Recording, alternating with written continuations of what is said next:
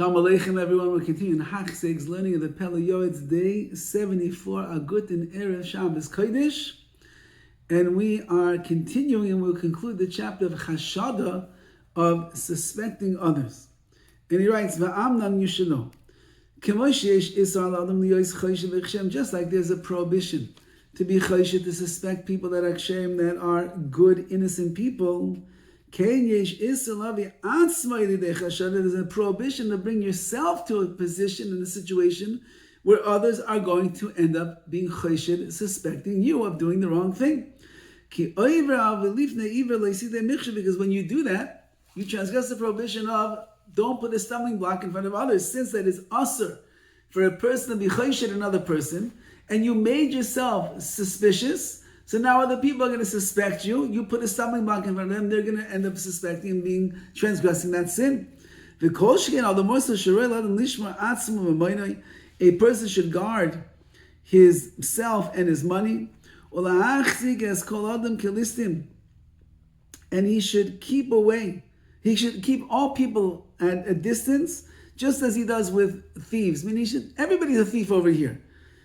In order that he should not come to some kind of suspicion, he just makes everybody, maybe everybody's a thief over here, and I'm not going to be choshed one more than the other, and that way I'm good. Even if he's coming to do a mitzvah, I'm coming to do a mitzvah, I should also think to myself, what's the outcome going to be? If everybody's going to talk slandering about me, oh, this choshev guy, he thinks he does mitzvahs, he gives stock and he talks about his stock and so on and so forth. Oh, this guy wakes up for nates every morning, he tells everybody he's bragging, he does nates. Okay, so then you have to be very careful.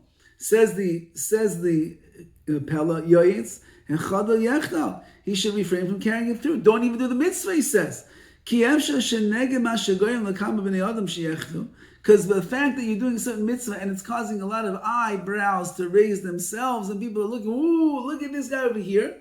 You make many people do the avera of chashada, of suspecting you, and that's worse than the reward for the mitzvah itself. The mitzvah that he intended to do is not worth anything at all anymore. Everything according to the obligation of the mitzvah. A person has to have in his hand the scales of justice and balance. What should he do? And what should he hold himself back from? Anything that appears to be immoral, a person should avoid. Wow,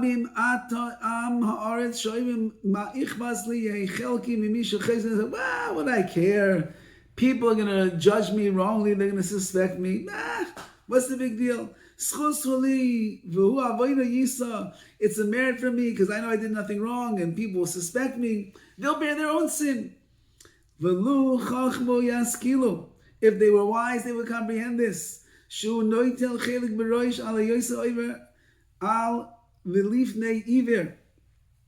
This person will receive the first punishment because he did things that are going to lead to suspicion. He ended up doing people will now suspect him of doing the wrong things.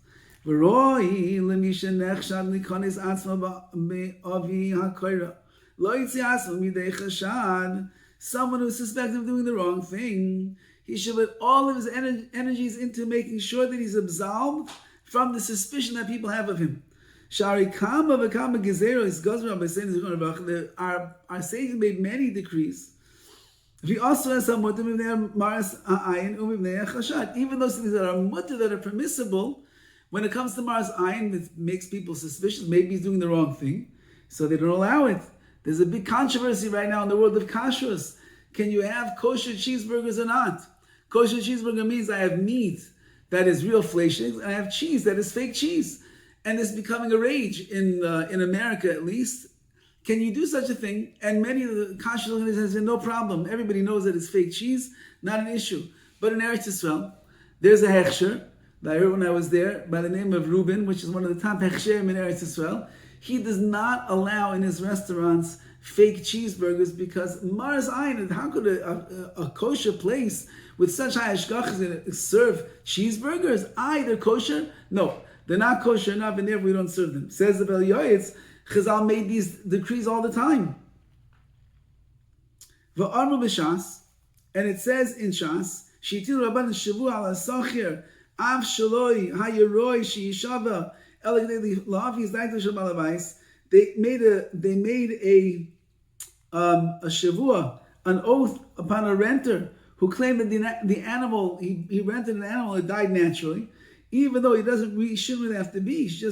But this is the way he's going to appease the owner, that you see that he's willing to admit through a shavua, through a vow, that the animal died of natural causes. Umizeh yishma chacham, a wise man should listen and learn. Shaf mishin is even though that a person who's careful to utter from his lips and his mouth, he should not refrain from swearing when there's danger that he will be suspected of wrongdoing. Even though I never take a vow, I never swear. But if I don't take the vow, people are going to be chaysh, they're going to suspect me doing the wrong thing. I'll take the vow. He says to vindicate himself. V'lan says to remove himself from the suspicion. Then he'll be clean and he'll be pure in the eyes of all of those who behold him. Like it says in the Torah, you will be vindicated from Hashem and from Yisrael. And that way you'll find goodness and wise wisdom in the eyes of Elokim, Hashem, and Bnei Adam, and people in this world. And therefore, says the Pele Yoetz, you have to be careful to make sure that you don't do anything, even yourself, that leads to chashad, people suspecting you. Rather, do everything you can that people should never suspect you, so you only see the good that is in you. All the best.